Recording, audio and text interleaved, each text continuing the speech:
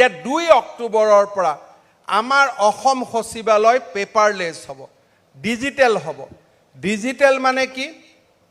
আমি বাহিৰত পাছ লওঁ, এতিয়া আমি বাহিৰত পাছ নলওঁ, বাহিৰত 4টা কম্পিউটাৰ থাকিব। ৰাইজৰ যি কাম থাকিব কম্পিউটাৰত তাৰ পৰাই টাইপ কৰিব, আমালৈকে সেই কাম আহিব। আমাৰ সন্মুখত ধৰা দিব যে সমবায় বিভাগত অমুকে মোক লগ কৰিবলৈ বাহিৰত আছে, তেওঁৰ সমস্যা এইটো।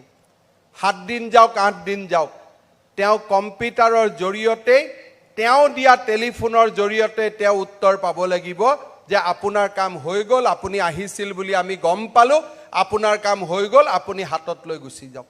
তেওঁ ইয়াত আহিব নালাগে। জোনাইৰ পৰাই ছেক্ৰেটাৰিয়েটত কিবা কাম আছে, জোনাইৰ পৰাই তেওঁ টাইপ কৰিব, আমি ইয়াতে পাম। কাগজ হেৰুৱাৰ কথা হ'ব নোৱাৰে, প্ৰতিখন কাগজ আমি ডিজিটেল কৰিম। ছেক্ৰেটাৰিয়েট আহিলে আপোনাৰ কাগজখন হেৰালে মই বিচাৰিব লাগিব, অমুক ছাৰৰ টেবুললৈ যাব লাগিব, সেই কথা নাই। কম্পিউটাৰত ক্লিক মাৰিলে আমি গম পাম এই আবেদনখন ক'ত আছে। অহা 2 অক্টোবৰৰ পৰা অসম চৰকাৰ ছেক্ৰেটাৰিয়েটত সম্পূৰ্ণ ডিজিটেলাইজ হ'ব। কোনোবা যদি চৰকাৰী কৰ্মচাৰীয়ে ডিজিটেল নাজানে, তেওঁৰ কাৰণে বহুত ৰাস্তা খোলা আছে। ছেক্ৰেটাৰিয়েটৰ পৰা তেওঁ ট্ৰেন্সফাৰ লৈ ডিৰেক্টৰলৈকে যাব পাৰে, আৰু তেওঁ যদি বহুত দিন চাকৰি কৰিলে যে নহয় মই কিছুদিন এতিয়া ঘৰলৈকে যাম, ঘৰলৈও যাব পাৰে। কিন্তু যেতিয়ালৈকে ছেক্ৰেটাৰিয়েটত থাকিব আমি ডিজিটেল মাধ্যমেৰে কাম কৰা শিকিব লাগিব, কাৰণ এই মেনুৱেল মাধ্যমে ৭৫ বছৰে মানুহক হাৰাশাস্তি কৰিলে। এই মাধ্যমৰ পৰা আমি ওলাব লাগিব।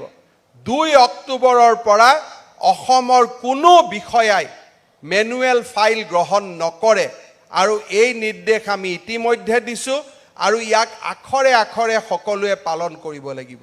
অৰ্থাৎ ফাইল আহিব, আমি স্কেন কৰিম, ফাইল কম্পিউটাৰৰ ভিতৰত সোমাব, কাৰ হাতত কিমান দিন ফাইল আছে, ক'ত কেনেকৈ নিষ্পত্তি নোহোৱাকৈ আছে, আমি সকলোৱে গম পাম।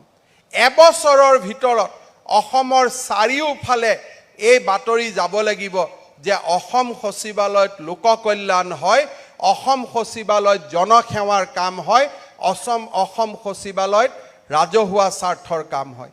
আৰু মই বিশ্বাস কৰোঁ আমাৰ সচিবালয় যি ধৰণে যোৱা 10 বছৰত দুৰ্নীতিৰ পৰা আঁতৰি গৈ নতুন নতুন চৰকাৰী কৰ্মচাৰীসকল নিযুক্তি হৈছে, বহুজন গ্ৰেড 3 এমপ্লয়ীয়ে তেওঁলোকৰ শিক্ষাগত অৰ্হতা ACS অফিচাৰজনতকৈও বেছি, তেনেকুৱা গ্ৰেড 3 এমপ্লয়ী আমাৰ সচিবালয়ত বৰ্তমান নিযুক্তি হৈছে।